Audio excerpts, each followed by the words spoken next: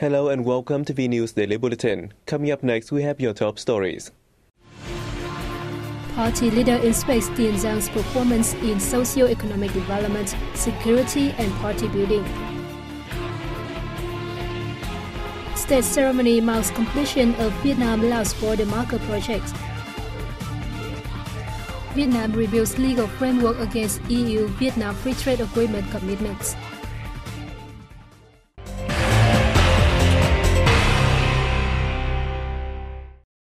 Party General Secretary Nguyễn Phú Trọng is on a visit to the Mekong Delta province of Tiền Giang to inspect the local performance in socio-economic development, security defense, and in party building. While in Tiền Giang province, General Secretary Trọng visited Gia Thuận, a difficulty-stricken commune of Gò Công Đông district, which is struggling with fierce drought and saltwater intrusion. The party leader praised Gò Công Đông district for its measures to prevent droughts and saltwater intrusions, including opening 252 pumping stations and 85 public water taps. General Secretary Trọng noted the development of Gia Thuận commune, saying that the locality has made efforts in its New Style Rural Area Building Program and poverty reduction. Gia Thuận commune recorded an economic growth of 11.5% last year. Working with the province key officials, the General Secretary lauded Tiền Giang's party committee and people for their efforts in overcoming difficulties and positive results in socio-economic development and improving locals' living standards. In 2015, the province's economic growth reached 9%, with the rate of poor households dropping to 3.8%. General Secretary Trọng expressed his hope that Tiền Giang will actively implement the resolutions of the 12th National Party Congress and the recent Second Party Conference, which approved a socio-economic development plan, a financial plan, and a public investment plan for the 2016 to 2020 period. Tiền Giang province has been suffering from prolonged drought and saltwater intrusion, severely affecting locals' lives and production. The General Secretary urged the province to quickly deliver solutions, ensuring fresh water supply for people's consumption and production. He also asked Tiền Giang to focus on solving difficulties for businesses, boosting administrative reform, and improving trade environment to attract more investments. A state-level ceremony was held in Hanoi on March 16 to mark the completion of a project on increasing and upgrading border markers along the Vietnam-Laos boundary. Vietnam and Laos carry out the project simultaneously along their shared borders from 2008. They increased border markers in necessary areas to further clarify the border in reality. Existing markers, especially those at border gates, were upgraded. Under the project, 1,002 markers and stakes were planted along the country's 2,340 kilometers of joint border, compared to only 199 markers before 2008. The project is expected to provide numerous opportunities for cross-border cooperation, particularly in economics, trade and tourism. At the ceremony, Prime Minister Nguyễn Tấn Dũng and his Lao counterpart Thong Sinh Thamavong described the project as another symbol of the country's time-tested amity, special solidarity, and comprehensive cooperation. They added the project manifests the consensus, mutual trust, and understanding that exists between the Vietnamese and Lao parties, states, and peoples. In the presence of the Prime Ministers, Vietnamese Deputy Prime Minister and Foreign Minister Phạm Bình Minh and his Lao counterpart Thong Luân Sisulit signed a protocol on the borderline and markers and an agreement on regulations on border and land border gate management between the two governments.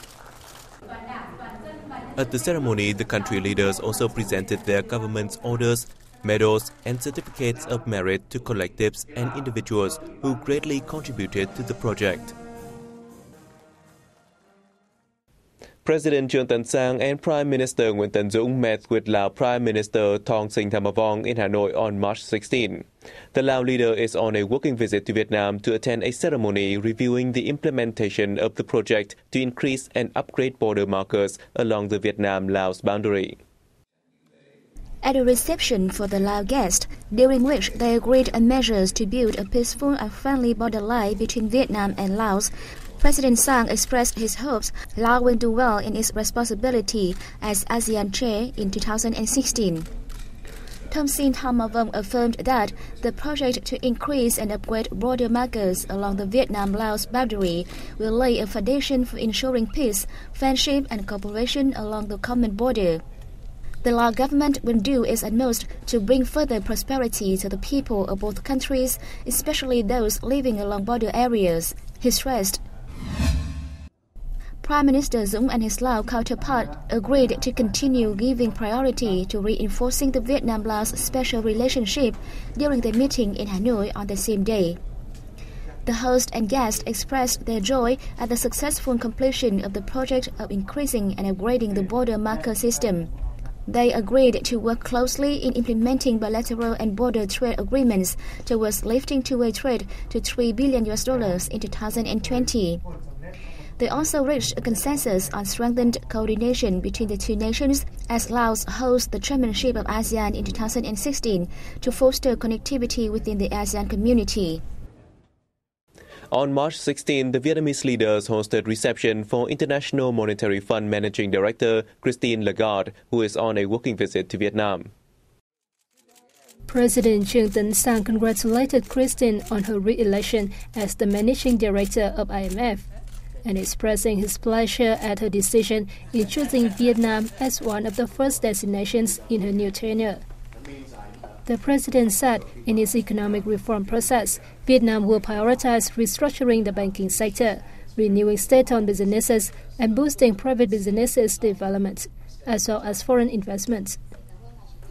The president expressed his hope that IMF will continue to assist Vietnam in seeking more preferential loans, contributing towards a sustainable economic development.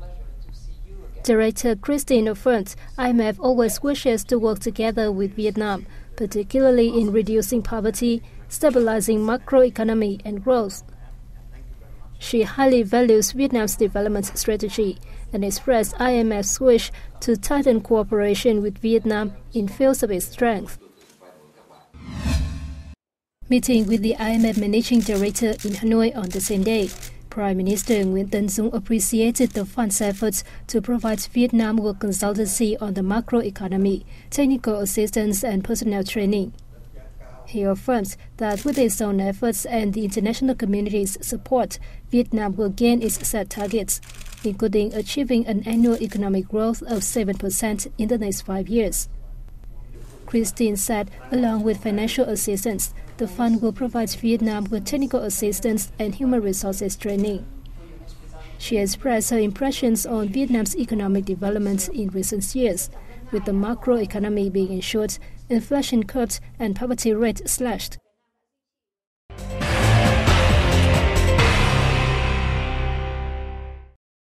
Minister of Labour, Invalids and Social Affairs Phạm Thị Hải Truyền highlighted Vietnam's achievements in empowering women at a working session of the ongoing 60th session of the Commission on the Status of Women in New York.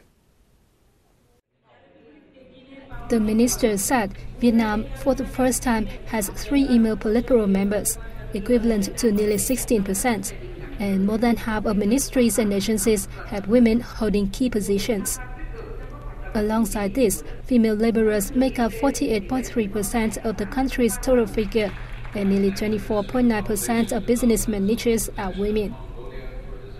Minister Truyền attributed such results to the country's efforts in promoting gender equality and ensuring human rights of women and girls. She said Vietnam has considered the integration of gender equality into legal documents one of the key tasks ahead. To ensure gender equality, Vietnam has tried to grasp the demands and aspirations of women and employ solutions to promote their empowerment in all areas, the minister shared at the session. Vietnam and the EU finished negotiating a free trade agreement late last year. Investment-related matters are among the issues that need adjustments to make Vietnam's regulation be in line with the new trade deal. At a conference that took place in Hanoi on March 16 to review Vietnamese laws and regulations against the EU-Vietnam Free Trade Agreement commitments on investment, participants agreed that investment is among the EU's high concerns. The union insists Vietnam in specific commitments on standards of investment protection and legal framework for investment environment. The commitments, to some extent, are international standards for Vietnam to modify and adjust its related domestic law and regulations to improve its investment environment. The implementation of free trade agreement commitments will be an opportunity and a driving force for Vietnam to better its business environment. In her report on the results of a research on the review, Chang noted that Vietnamese rules relating to investment liberalization and protection have been relatively compatible with commitments in the agreement. The adjustments will benefit both European and Vietnamese investors.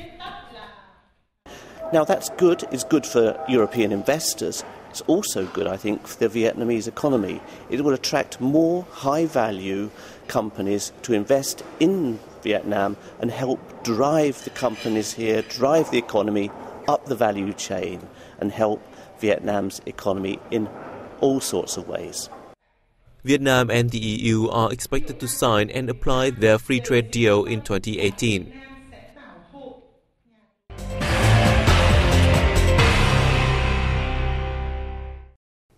The Vietnamese government has assigned the Ministry of Culture, Sports and Tourism to work with the Republic of Korea and other countries in compiling a multinational dossier seeking UNESCO's recognition of the traditional craft of lacquer as part of the world's intangible cultural heritage of humanity.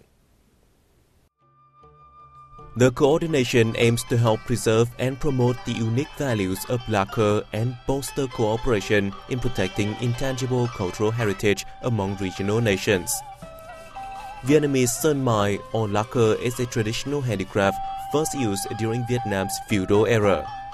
Sơn mài painting has evolved over time, especially during the 1930s when artists and students at Indochina Fine Arts School resurrected the medium, fusing it with French techniques and positioning it as a fine art.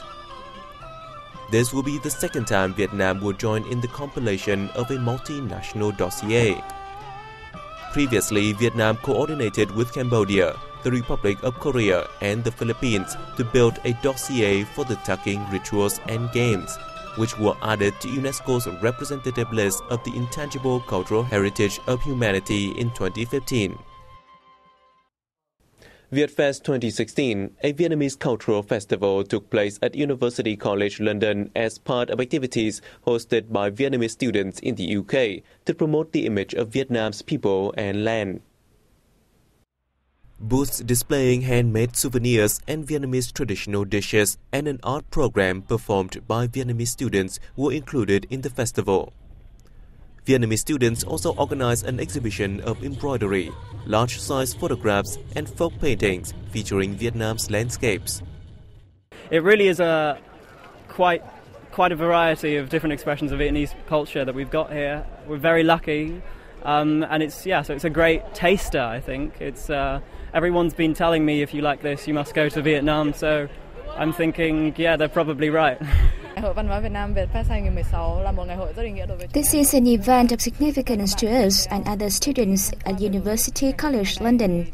Through the event, our association wishes to call on Vietnamese students who are studying across the world to enhance their efforts in promoting the national culture.